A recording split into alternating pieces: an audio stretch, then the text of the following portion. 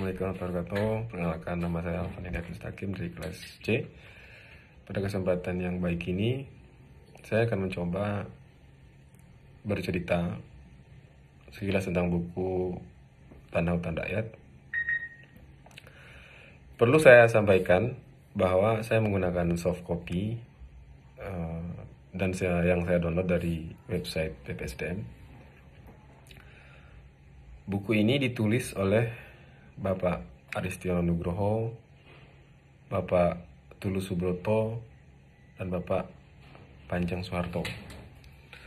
Buku ini sendiri juga diterbitkan oleh STPN Press pada tahun 2014. Baik,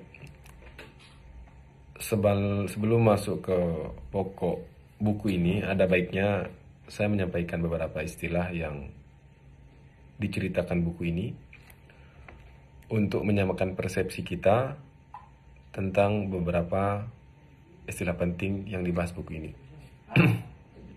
Pertama, tanah merupakan permukaan bumi yang bagi pemegang haknya diberi wewenang untuk mempergunakan tanah yang bersangkutan.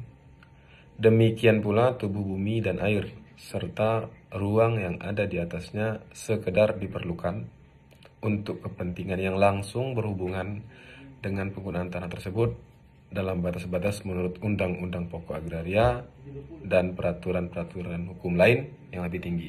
Kedua, hutan rakyat adalah istilah yang dipergunakan oleh masyarakat desa Kalimendong untuk menunjukkan adanya hutan yang dibuat dan dipelihara oleh masyarakat di atas tanah hak miliknya. Tiga, instrumen adalah alat yang dipergunakan untuk melakukan sesuatu atau mencapai tujuan tertentu.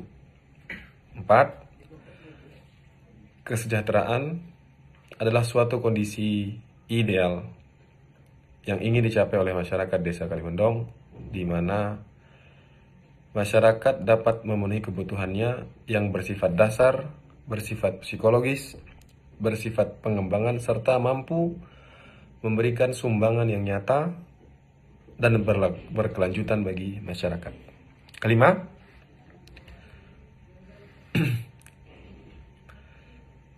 konservasi adalah upaya pelestarian dan perlindungan fungsi sumber daya alam dan lingkungan yang ada di dalam suatu wilayah. Desa Kalimendong adalah suatu desa yang terletak di Kecamatan Laksono, Kabupaten Wonosobo, Jawa Tengah. Desa ini memiliki topografi yang bergelombang dan terjal. Dalam membangun kesejahteraan, diperlukan usaha yang tidak sebentar dan perlu kekonsistenan. Pada ikhtiar ini diawali dari perseteruan ideologis, suasana pembersihan komunis, serta masalah lainnya.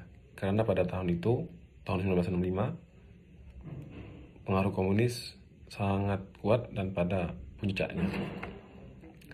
Pada tahun 1981, terjadi masalah sosioekonomi yang disebabkan oleh merosotnya harga kopi, sehingga diperlukan usaha lain untuk mensiasati keadaan yang kurang baik tersebut.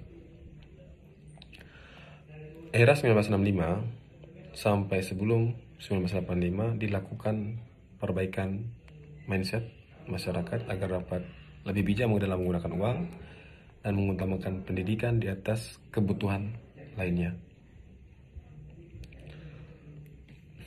Pada tahun 1985, masyarakat mulai membangun tradisi menanam saat ada perayaan hari besar atau ada perayaan hitan atau pernikahan. Pada hari itu,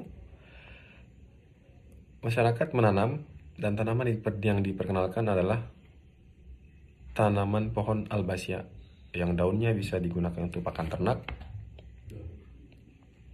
dan kayunya bisa digunakan untuk memperbaiki rumah warga yang rusak. Pada masa itu juga diperkenalkan kebun bibit desa untuk tanaman keras yang saat ini berkembang menjadi kebun bibit rakyat. Kegiatan itu terus berjalan hingga pada tahun 1998 masyarakat berhasil membangun kerjasama dengan perum perhutani untuk memanfaatkan hutan negara yang dikelola oleh perum perhutani yang berada di wilayah desa Kalimendong. Saat itu, atas dukungan perhutani, masyarakat desa Kalimendong mendirikan LMDH Rimba Mulia yang tetap eksis hingga saat ini. Kerjasama yang diawali dari tahun 1998 itu meningkat pada tahun 2000 yang meliputi wilayah hutan negara yang ada di desa Kalimendong dan hutan rakyat yang dikelola oleh masyarakat. Tujuan kerjasama ini antara lain untuk meningkatkan kesejahteraan masyarakat dalam frame konservasi hutan. Kesejahteraan masyarakat yang relatif baik akhirnya membantu terciptanya suasana desa yang damai, yang jauh dari konflik, dan jauh juga dari konflik eksternal. Oke, sebelum saya dilanjutkan, apa yang dipetik oleh warga desa Kalimendong dari tahun 1965 sampai ke tahun 2000 tidak lepas dari usaha pemimpinnya dan seluruh lapisan masyarakatnya. Pertama, pemimpin dari pesan moral yang bisa dipetik dari buku yang saya baca ini adalah seorang pemimpin harus bisa melihat potensi yang ada di sekelilingnya, dan seorang pemimpin harus bisa memanfaatkan potensi itu untuk dinikmati seluruh anggota, seluruh lapisan masyarakat. Dan yang kedua, pesan moral dari seorang pemimpin tadi yaitu usaha untuk lepas dari konflik, masalah sosioekonomi, masalah ekonomi itu tidak gampang diubah, harus dimulai, dan usaha itu harus konsisten dilakukan. Baik, saya lanjutkan ke pembahasan selanjutnya.